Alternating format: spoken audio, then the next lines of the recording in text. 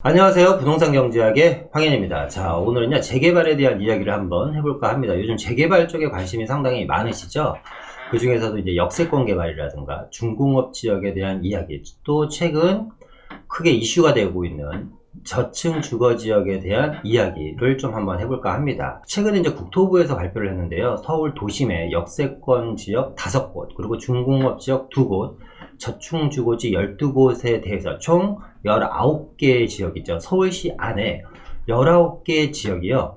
새롭게 구역 지정이 된다고 합니다. 특정 지역에 한 개 구에 한두 개 정도의 구역 지정만 돼도 그 지역에 정말 빌라, 다세대, 단독 다가구주택 할 것 없이 심지어 재개발 구역이 지정되는 곳 주변에 아파트 시세까지 크게 요동치는 게 현재 그 부동산 시장의 모습인데, 서울 시내 한복판에 무려 19곳에 새롭게 재개발에 대한 지역, 그리고 역세권과 중공업 지역, 저층 주거 지역이 총 19곳이 구역 지정이 된다고 하니 과연 그 주변에는 어떠한 영향이 있고 또 어떤 지역이 어떤 식으로 재개발이 되는지에 대해서 오늘 한번 알아보는 시간 갖도록 해보겠습니다. 그럼 바로 시작하겠습니다.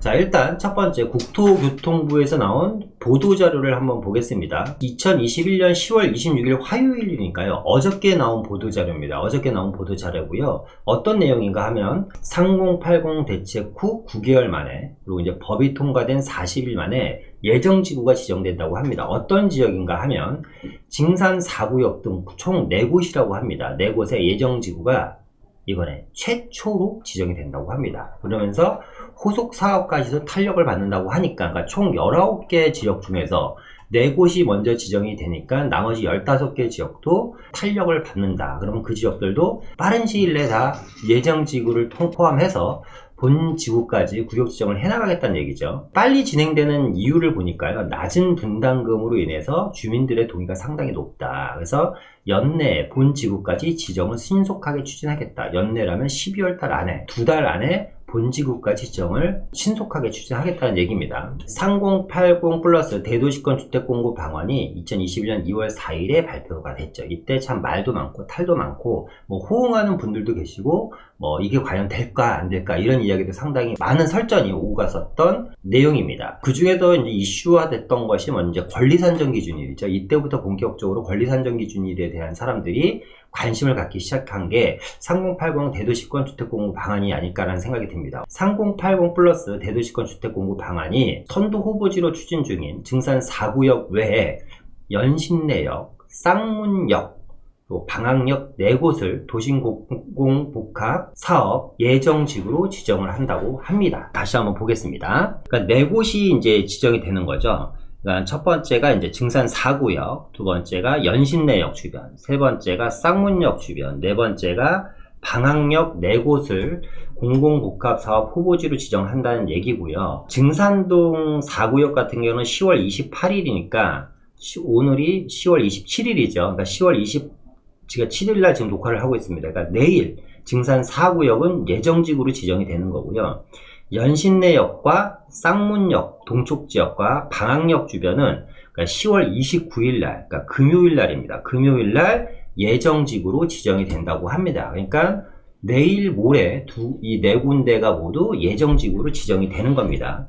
일단 이 지역에 계신 분들한테는 일단 축하드릴 일이죠. 그리고 이 법 통과 후 40일 만에 예정지구로 지정이 된다는 거는 이렇게 정말 빨리 지금 지정이 되는 거잖아요. 상당히 많은 생각이 들었던 게, 그러니까 지금 우리가 지금 이 부동산 시장이 난리 북새통인 게 사실상 여러 가지 내용들이 있습니다. 예를 들어서 저금리에 대한 이야기도 있고, 유동성에 대한 얘기도 있고, 또 과도한 규제와 과도한 상승을 불러일으켰다 이런 이야기들도 상당히 많은데, 그 중에서 가장 크게 핵심과 팩트는 뭐냐면 주택이 공급이 부족하다는 것이거든요. 그동안 서울시 정책과 국토부의 정책을 우리가 좀 눈여겨서 보면 이런 거죠. 재개발을 할 경우에 많은 원주민들이 피해를 보고 돈 있는 사람들이 그 재개발 구역에 들어가고 그 재개발 물건을 사갖고 빈익빈 부익부가 더 커지고, 실제로 구역 안에 사시는 분들은 다 쫓겨나기 때문에 재개발은 사실상 재개발이 과연 좋냐 나쁘냐 이런 얘기가 상당히 5, 6년간 오고 가면서, 그 전 서울시장이시죠. 물론 그분을 제가 욕하는 건 아닙니다만 어쨌거나 그분이 원주민을 보호해야 한다는 이름 하나로 재개발은 좀 내팽개치고 도시재생 사업이라는 이름으로 보전 정책을 편 거죠. 이제 그러다 보니까 서울시에 공급할 수 있는 지역들이 상당히 많이 낙후됐고 노후화가 되면서 사람이 실제로 살 수 있는 주택의 수가 상당히 많이 줄었습니다. 그런데 재개발을 본격적으로 한다고 얘기하니까 지금 여기 나와 있는 것처럼 대책 발표 후 그죠? 9개월 만에 예정지구가 지정이 됐다. 이거는 상당히 센세이션한 일이고요. 예정지구가 되고 나서 본지구까지요. 보통 통상 4, 5년 정도가 걸리거든요. 그런데 예정지구가 발표되고 거의 2달 만에 이제 본지구가 지정이 되는 겁니다. 이건 엄청난 일인데, 이렇게 엄청난 일은 국토부 혼자 한 것이냐? 그게 아니죠. 누가 이 지역에 사시는 원주민들이 반응이 그만큼 뜨거웠고 좋았다라는 거죠. 그러니까 원주민들이 피해를 입을 것 같아서 재개발을 안 했었는데, 실제로 재개발 뚜껑을 열어보니 재개발을 진행해보니 원주민의 찬성률이 상당히 높다라는 걸 우리가 실감할 수 있습니다. 그래서 앞서 얘기했던 내용이 또 나오네요. 지난 9월 21일 도심 복합사업을 도입하는 공공주택 특별법이 그죠? 시행되고 나서 불과 약 40일 만에 첫 예정지구가 이루어짐에 따라 앞으로의 사업 과정도 탄력을 받을 것이다 라는 내용이 있고요. 그 다음 내용도 한번 보겠습니다. 자, 이번에 예정지구로 지정되는 4곳은요, 앞으로 주민 의견 청취를 거쳐서 11월 한 10일 정도나 11월 중순 정도가 되겠네요. 중앙도시계획위원회 심의를 거쳐서 이제 본지구 지정 절차를 밟게 된다. 이제 본지구가 그래서 12월 달 안에는 지정이 될 것이다. 엄청나게 빠른 겁니다, 진짜. 이렇게 빨리빨리 재개발을 했을 경우 긍정적인 면이 있고 시장에서 좀 부정적인 견해를 갖고 계신 분들도 계시죠. 왜냐하면 이렇게 재개발이 이렇게 진행이 되면 어쩔 수 없이 그 지역에 주택가격 상승이라든가 빌라 단독 다가구 다세대의 가격 상승은 뭐 불가피하고요, 그죠? 앞서 얘기했던 것처럼 재개발 지역 주변에 있는 아파트 시세까지 덩달아 오르거든요. 그런데 긍정적인 측면은 뭐냐면 이렇게 빨리빨리 재개발이 돼서 지금 우리 앞에 가장 크게 쌓여있는 산적한 과제가 사실 주택 공급 문제잖아요. 이런 공급 문제를 하나하나씩 해결해 간다면 그래도 10년은 걸리겠지만 10년 후에는 어느 정도 주택시장에 대한 안정화를 기대해 볼 수 있지 않을까라는 생각이 듭니다. 계속해서 좀 보겠습니다. 제가 이 내용이 상당히 좀 많은데요. 좀 핵심만 추려서 지금 말씀을 드리는 겁니다. 역세권 3곳 역시, 역세권이라는 건 어디예요? 연신내, 쌍문역, 방학역, 연신내역과 쌍문역, 방학역을 얘기하는 겁니다. 역세권 3곳 역시 주민 동의가 매우 높은 만큼 연내 본지구 지정까지 신속하게 이루어질 것으로 예상이 된다고 합니다. 지금 증산동뿐만 아니라 연신내, 쌍문, 방학동도 상당히 동의가 높다. 어느 정도가 동의가 높을지 한번 보겠습니다. 증산 4구역 같은 경우는 동의율이 75%입니다. 엄청나게 높죠. 증산 4구역은 동의율이 75%. 연신내역 같은 경우는 지금 동의율이 67%입니다. 엄청나게 높습니다. 세 번째, 쌍문역 같은 경우는 동의율 81%면 재개발하겠다라는 거죠. 그죠? 반대가 없는 겁니다.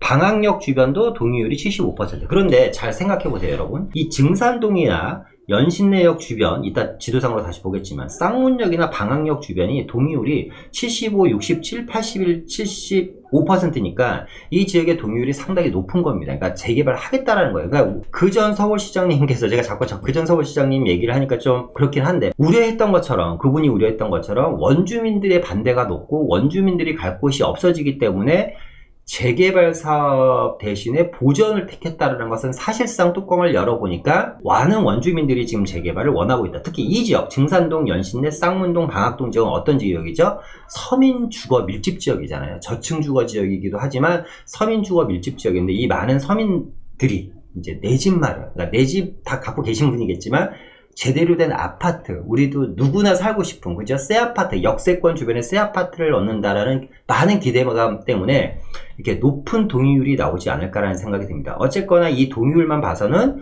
연내 지구 지정은 문제가 없다라는 얘기고요. 그러니까 앞서 얘기했던 것처럼요, 정비구역 지정까지는 평균 약 한 5년 정도가 걸리거든요. 그런데 이 9개월 만에 본 지구 지정이 됐다라는 것은 진짜 유례없이 빠른 속도로 진행되고 있다. 이렇게 유례없이 빠른 속도로 진행되고 있는 것은 사실상 어떻게 보면 많은 분들이 이 재개발에 대한 갈망이 상당히 컸고요. 새 아파트에 대한 사실상 또 이 바람이 이제 크지 않았을까라는 생각이 듭니다. 또 이제 제가 여기서 또 느낀 건 뭐냐면 3080 이 대책 있잖아요. 이 3080 대책이 제가 뭐라 그랬었죠? 말도 많고 탈도 많았다 그랬잖아요. 그게 이유가 뭐냐면 권리선정 기준일 때문에 그러거든요. 많은 분들이 과연 이 사업이 제대로 진행이 될까? 왜?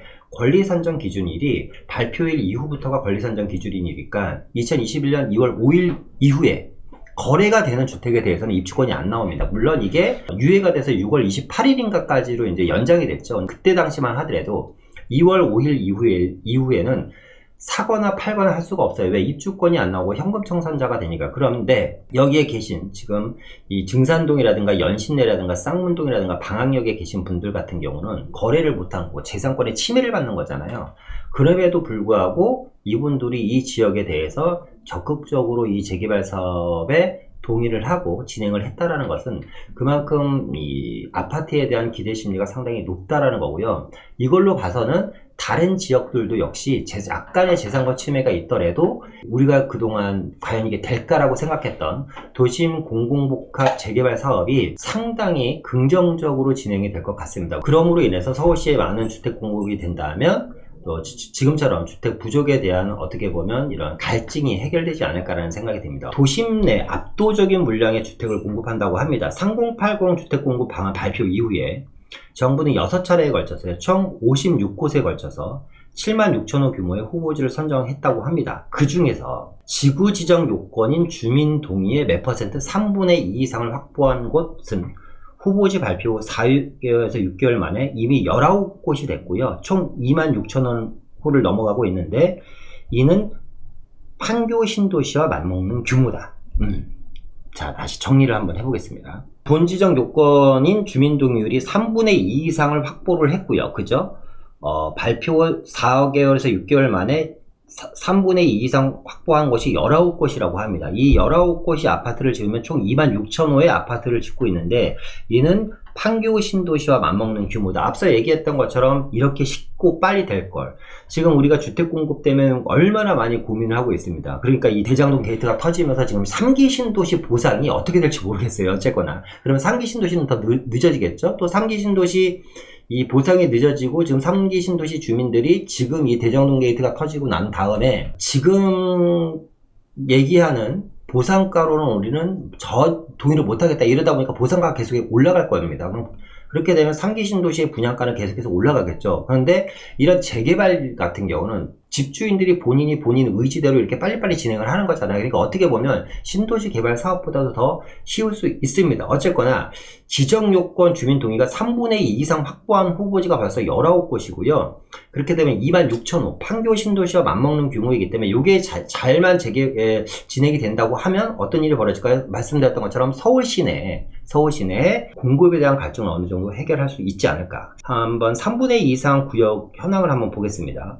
좀 전에 얘기 나왔던 연신내, 녹번역, 쌍문역 동쪽 지역, 쌍문역 서쪽 지역, 방학역, 창이동 주민센터, 창동 674번지 일대, 중공업 지역이 이제 두 군데가 있죠. 창동과 두 군데 다 창동이네요. 창동 이동 주민센터와 창동 674번지. 그리고 저층 주거 지역 12곳이 있습니다.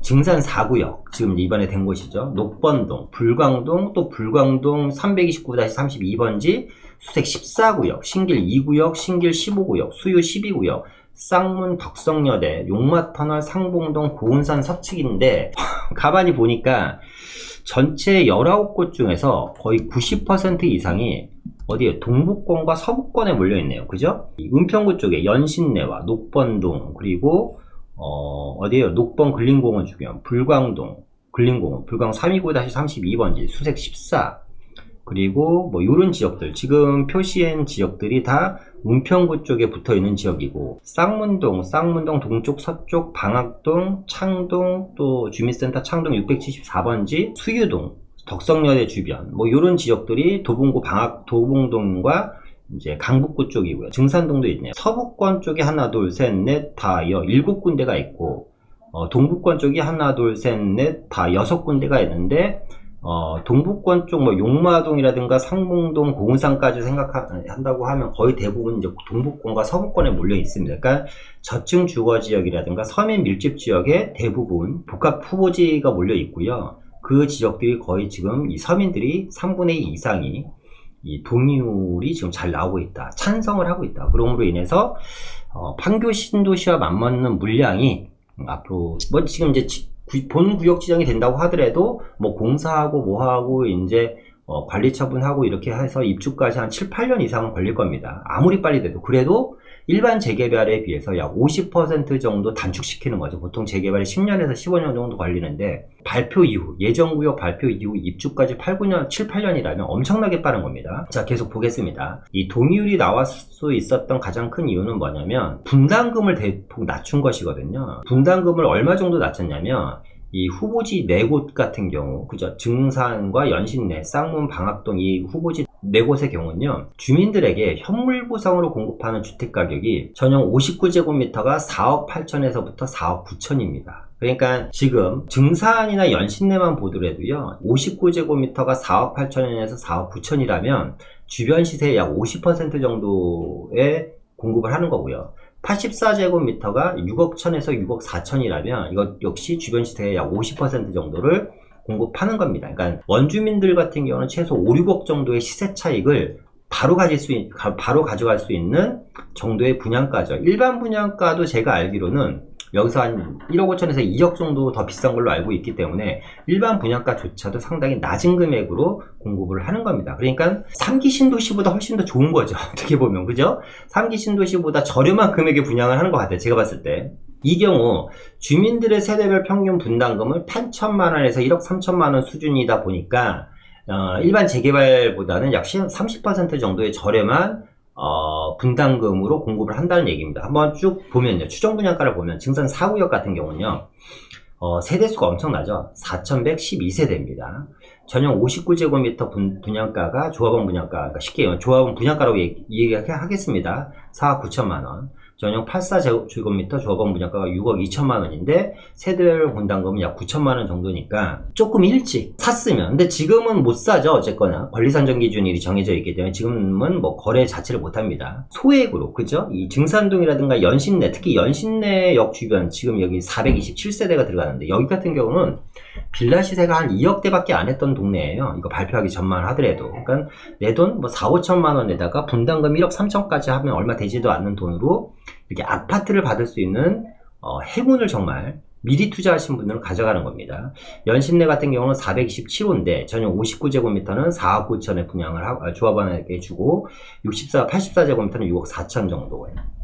쌍문동도 마찬가지입니다. 방학동도 뭐 분담금 1억 4천, 1억 8천, 분담금 8천만 원이죠. 8천만 원, 1억 3천 정도에다가 분양가는 거의 비슷하게 지금 나오네요. 그죠? 그런데 이 지역들 중에서 연신내가 제가 봤을 때는 분양가가 제일 싸 보인다. 왜냐면 이 연신내역 같은 경우는 GTX가 들어가고요.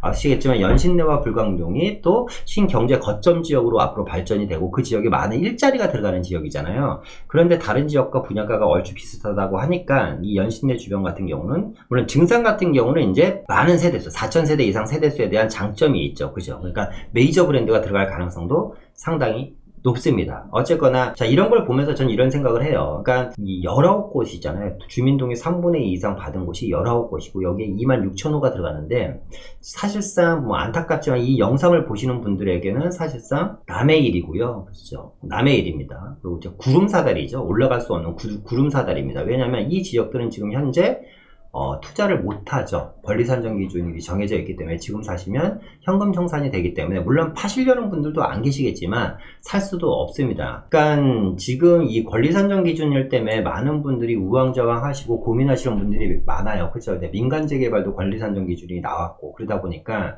제가 드리고 싶은 얘기는 뭐냐면 그러니까 기왕이면 이런 재개발 쪽에 내가 관심이 있다고 한다고 하면 하루라도 빨리 좀 어떻게 내가 좀 투자를 하시는 게 맞지 않을까라는 생각이 들어요. 왜냐하면 시간이 지나면 지날수록 점점 제가 이런 말을 정말 많이 했던 것 같고요. 이런 영상도 상당히 많이 찍은 것 같은데 서울시가 이렇게 있다고 한번 가정을 해봅시다.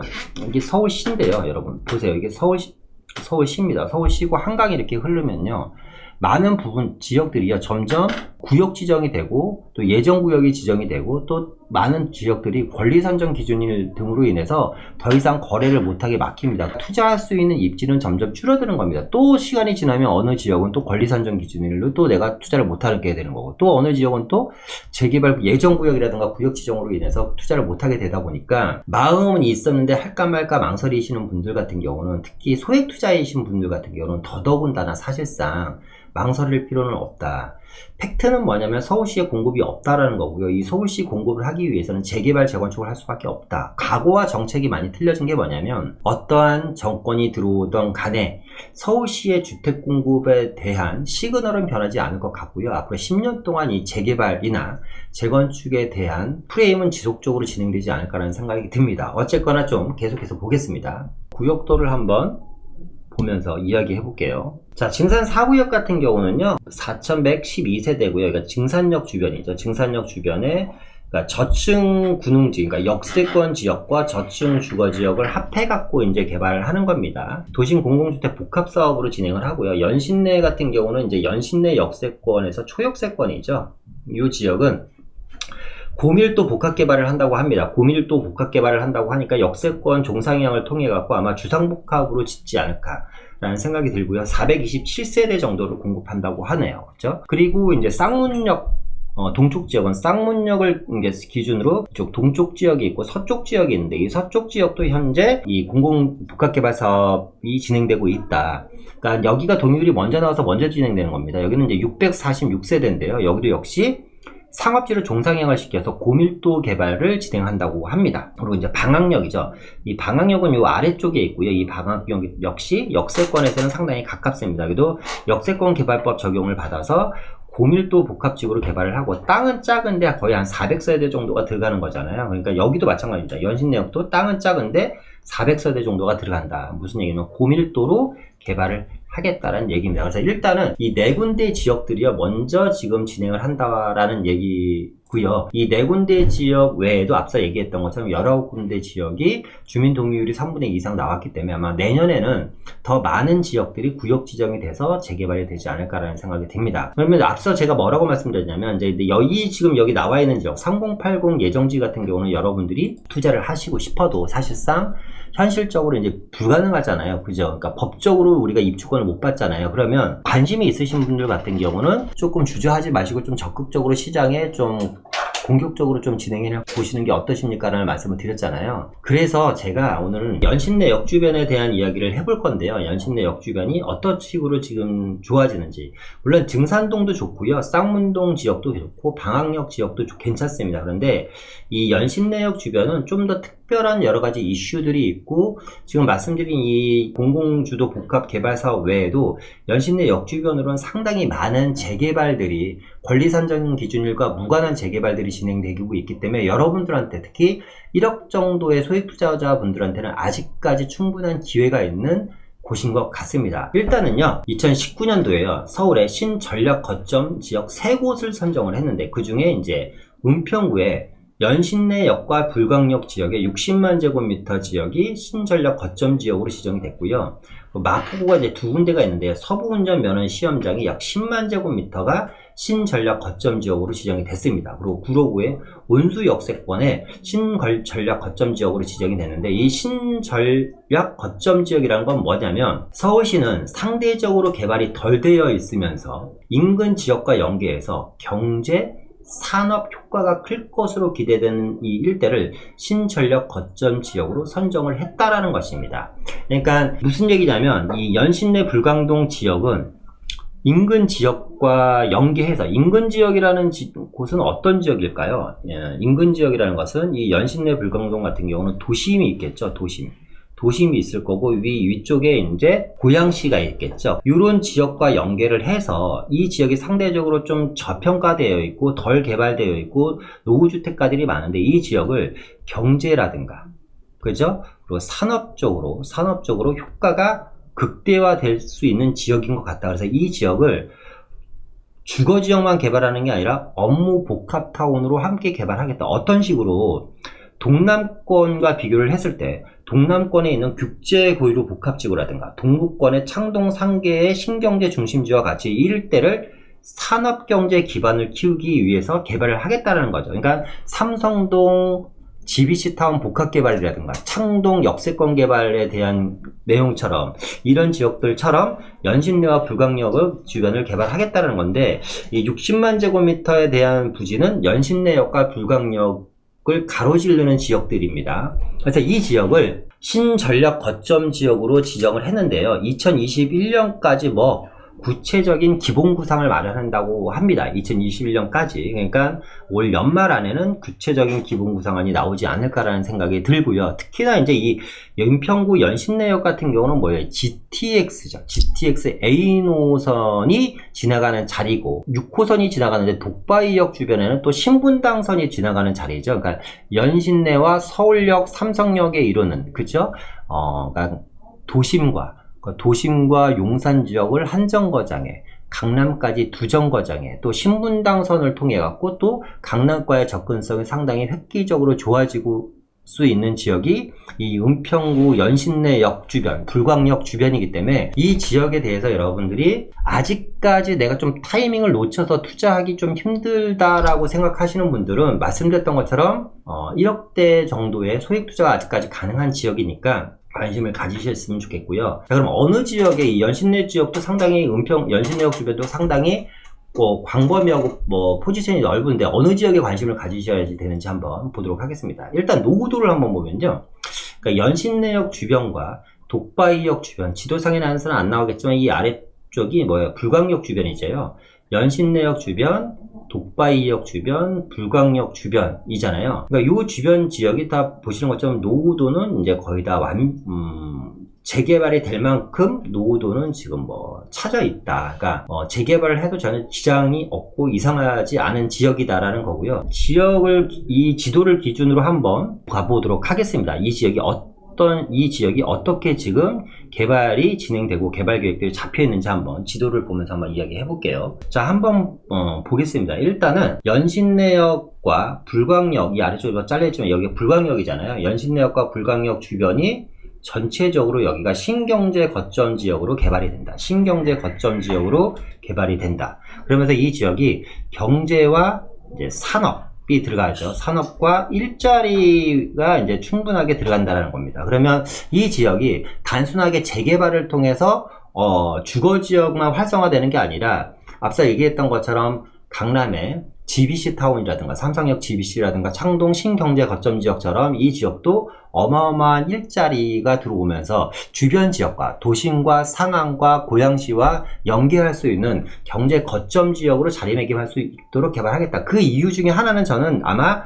GTX인 것 같아요. 그러니까 교통이 발달하면서 그 지역이 플랫폼 시티로 개발될 확률이 상당히 높거든요. 그러면서 독바이역에 또 신분당선이 들어가죠. 신분당선이 또 들어가다 보니까 강남과 강북을 연결하는 노선들이 완벽하게 이제 구축이 된다. 그리고 이 위쪽으로는 지금 여기가 이제 불광 5구역이죠. 불광 5구역입니다. 이 불광 5구역이 있고 아래쪽에 이제 지도에서 잘렸지만 이 지역이 대조 1구역입니다. 대조 1구역. 대조 1구역이 있고 불광 5구역이 있고 이 북쪽 지역 아주 빨간색으로 칠해져 있는 지역 있잖아요. 노후도 엄청난 지역. 여기가 가련동 이제 재개발 구역입니다. 지금 이 가련이라든가 불광 5구역이라든가 대조동 같은 경우는 사실상 일반인들이 이제 현실적으로 들어가기가 상당히 어려운 지역이다. 이 지역들은. 왜냐면 투자금 자체가 이 지역에 있는 아파트 갭 투자금 이상으로 들어갈 수밖에 없는 지역입니다. 적게는 7, 8억에서부터 7, 8억짜리 물건이 있으려나 모르겠습니다. 거의 10억대 이상의 투자금을 갖고 가야 되는 지역이고 이 세 군데는 다 대형 단지죠. 단지 수도 원체 크게 들어가는 지역에다가 향후에 이 지역을 가격을 주도할 수 있는 가격주도 아파트가 될 가능성이 상당히 큰 지역들이고 대조와 불광 5구역 같은 경우는 또 위치가 원체 좋고 교통도 좋은 지역들이기 때문에 아마 이 지역의 가장 큰 대장주로 발전하지 않을까라는 생각이 듭니다. 이 연신내역 주변에 이 지금 까만색으로 표시된 지역, 이 지역이요. 제가 좀 전에 얘기했던 3080 플러스 도심 역세권 개발구역입니다. 여기가 이제 이번에 12월 달에 구역 지정이 되는 자리예요. 그런데 이 지역만 지금 역세권 개발 사업을 하냐? 그건 아니고요. 지금 여기는 지금 국토부에서 진행하는 3080 플러스 역세권 개발 사업 지역이고요. 아래쪽에도 불광동 역세권 개발 사업을 또 별도로 진행을 하고 있습니다. 얘네 이쪽 지역도 지금 3080 플러스로 진행을 하려고 지금 준비를 하고 있고요. 연신내 이 불광역 아래쪽에 또 보면 대조동이라고 있거든요. 이 동네가 지금 대조동 역세권 개발 사업장입니다. 그러니까 총 역세권 개발 사업장이 하나, 둘, 셋. 그러니까 불광동, 지금 3080 플러스 이번에 12월 달에 구역 지정되는 곳 외에 불광동에서 별도로 역세권 개발 사업을 진행을 하고 있고, 대조동도 역세권 개발 사업에 대한 추진위원이 만들어져 있고요. 독바위역 주변도 지금 독바위 역세권 개발 사업을 진행을 하고 있죠. 그리고 연신내역 북쪽 지역이죠. 여기 연신중학교, 이제 초등학교 아래쪽을 보면 여기가 지금 지역주택조합 역세권 개발 사업을 또 진행을 하고 있습니다. 이렇게 지역주택조합 역세권 개발 사업을 진행을 하고 있다. 그러니까 까만색 이 네 군데 지역은 현재 역세권 개발 사업을 진행하는 지역이고요. 다른 색깔로 한번 해보겠습니다. 그리고 역세권 개발 사업을 하는 쪽 위쪽에 이 보라색으로 표시한 지역은요, 연신내 역세권 개발 사업을 또 별도로, 그러니까 여기는 지금 역세권 개발을 통한 지역주택조합으로 개발을 하는 거고요. 여기는 역세권 개발 사업을 별도로 또 진행을 하고 있습니다. 그래서 지금 말씀드린 지역들, 이렇게 표시된 지역들은요, 거의 매물이 없다고 보시면 되고, 최근 5개월 사이에 매물 가격이 2억에서 3억 이상 올랐습니다. 그러면 여러분들이 소액 투자를 해야지 되는 지역은 어느 지역이냐? 이 바로 이쪽 북쪽 지역입니다. 이 저층 주거 지역인데요. 이 지역은 제가 현장을 가보니까 이렇게 좀 반으로 나눠서 지금 개발이, 학교를 기준으로 반으로 나눠서 개발 사업이 진행되더라고요. 이쪽 지역은 지금 현재 동의서를 걷고 있습니다. 그러니까 이번에 이제 오세훈식 민간지 개발에 대한 동의서를 걷고 있고요. 동의율이 제가 알기로 오늘 기준으로 한 40% 이상 나온 걸로 알고 있어요. 동의서를 걷고 있고, 이 아래쪽으로는 자체적으로 재개발을 하기 위해서 또 지금 이번에 추진위까지는 아니고요. 추진위원회를 준비를 하고 있는 걸로 알고 있습니다. 그러니까 연신내역을 기준으로요, 지금 거의 대부분, 그러니까 이 왼쪽 지역이 이렇게 파랗게 표시된 지역 외에는 거의 대부분 지역이 보시는 것처럼 촘촘하게 재개발 구역으로 진행이 되고 있다. 그 중에 이번에 국토부에서 발표한 지역은 상당히 소수다. 요 지역, 여기만 지금 3080으로 진행되는 지역이고, 나머지들은 거의 대부분 대단지구 구유분과 크게 진행되어 있는 지역들이기 때문에 여러분들이 관심을 가지셔야 되고요. 지금 웬만한 역세권 개발 사업장이라든가 재개발이 본격적으로 진행되는 곳들은 여러분들이 일단 투자 금액이 좀 많이 들어가고요. 내가 투자금 한 3, 4억 이상으로 들어갈 생각이 있다 그러면 지금 말씀드렸던 이런 역세권 개발 사업장들, 이런 역세권 개발 사업장들에 들어가시면 좋고, 내가 투자금이 한 1억대로 좀 작다 그러면 저층주거 지역, 지금 동의서를 걷고 추진위원이 만들어지려고 지금 준비를 하고 있는 이쪽 지역, 여기도 지금 상당히 노후도가 심하기 때문에 가보시면 압니다.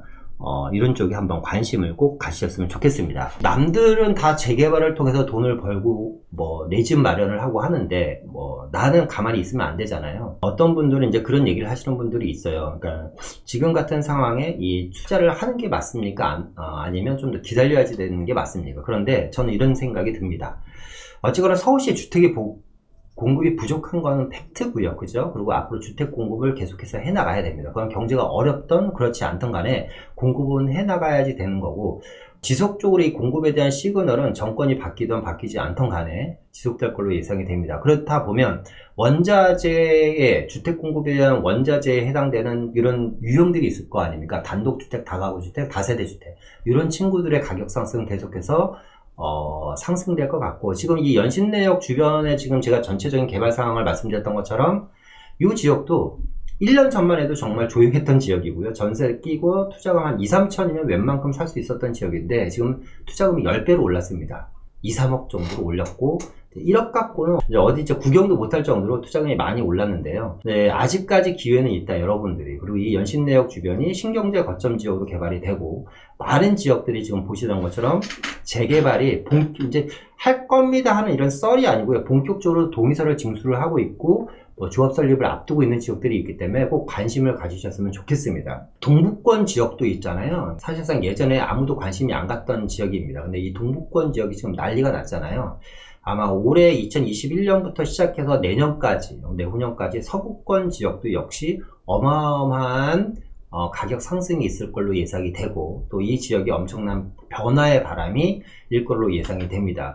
이 신경제 거점지구에 대한 기본구상안이 올 연말이나 내년 초 정도에 나온다고 하니까, 이 연신내 불광역 역세권 개발에 대한 신경제 거점지역에 대한 구상안이 만약에 발표가 된다고 하면 이 지역은 또 한 번 더 들썩거리겠죠. 또 신분당선과 GTX가 좀 더 구체화된다고 하면 이 지역에 대한 가치는 좀 더 오를 것 같습니다. 수많은 4-5군데의 역세권 개발 사업장이 있고 5-6군데의 재개발 사업장이 있는데, 이 지역들에도 조합 설립 인가가 다 이루어진다고 하면 이 지역은 말 그대로 황골 탈퇴가 하는 지역이 되지 않을까라는 생각이 듭니다. 여러분, 요즘 상당히 복잡하고 어려운 시대이잖아요. 그러니까 아파트만 오르면 다행인데, 아파트뿐만 아니라 단독다가구 빌라, 토지, 상가, 그리고 뭐 주상복합, 오피스텔, 그러니까 부동 땅 위에 있는 모든 것들이 지금 다 폭등을 하고 있는 시장입니다. 물론 금리 인상이라든가 아니면 대출 규제라든가 아니면 우리나라가 안고 있는 막대한 부채, 이런 것들이 약간 부동산 시장을 억누르는 부정적인 효과가 될 수는 있습니다만, 원론적인 것을 해결 못한 상황에서 과연 그런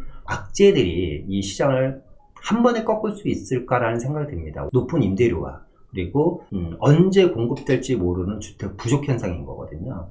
앞으로 10년 동안 어쨌거나 이 주택 부족 현상에서 우리가 공급과의 전쟁에서 싸워 나가야 됩니다. 그러려면 여러분들의 포지션을 좀 정확하게 잡으시고, 누구한테 아니면 정책에 기대는 그런 삶 말고 여러분 자신이 지킬 수 있는 삶, 그리고 어떻게 해야지 내 자신과 우리 가정과 나의 자산을 지킬 수 있는지를 한번 염두해 두신다면 좀 더 좋은 현명한 선택을 할 수 있는 그런 시간이 되지 않을까라는 생각이 듭니다. 오늘은 역세권 개발 사업에 대한 이야기, 저층 주거지에 대한 개발 사업에 대한 이야기를 말씀드렸고요. 연말까지 한 26,000호라 그랬나요? 아까 한 그 정도 되는 물량들이 구역 지정이 된다고 하니까 여러분들 관심을 가지시고, 여러분들도 남의 일이 아닌 지금 말씀드렸던 이렇게 좋은 일들, 그리고 입주권을 가져갈 수 있고 내 집 마련할 수 있는 이런 일들이 여러분들의 일이 되셨으면 합니다. 오늘 이상 마치고요. 다음에 더 좋은 영상으로 찾아뵙도록 하겠습니다. 감사합니다.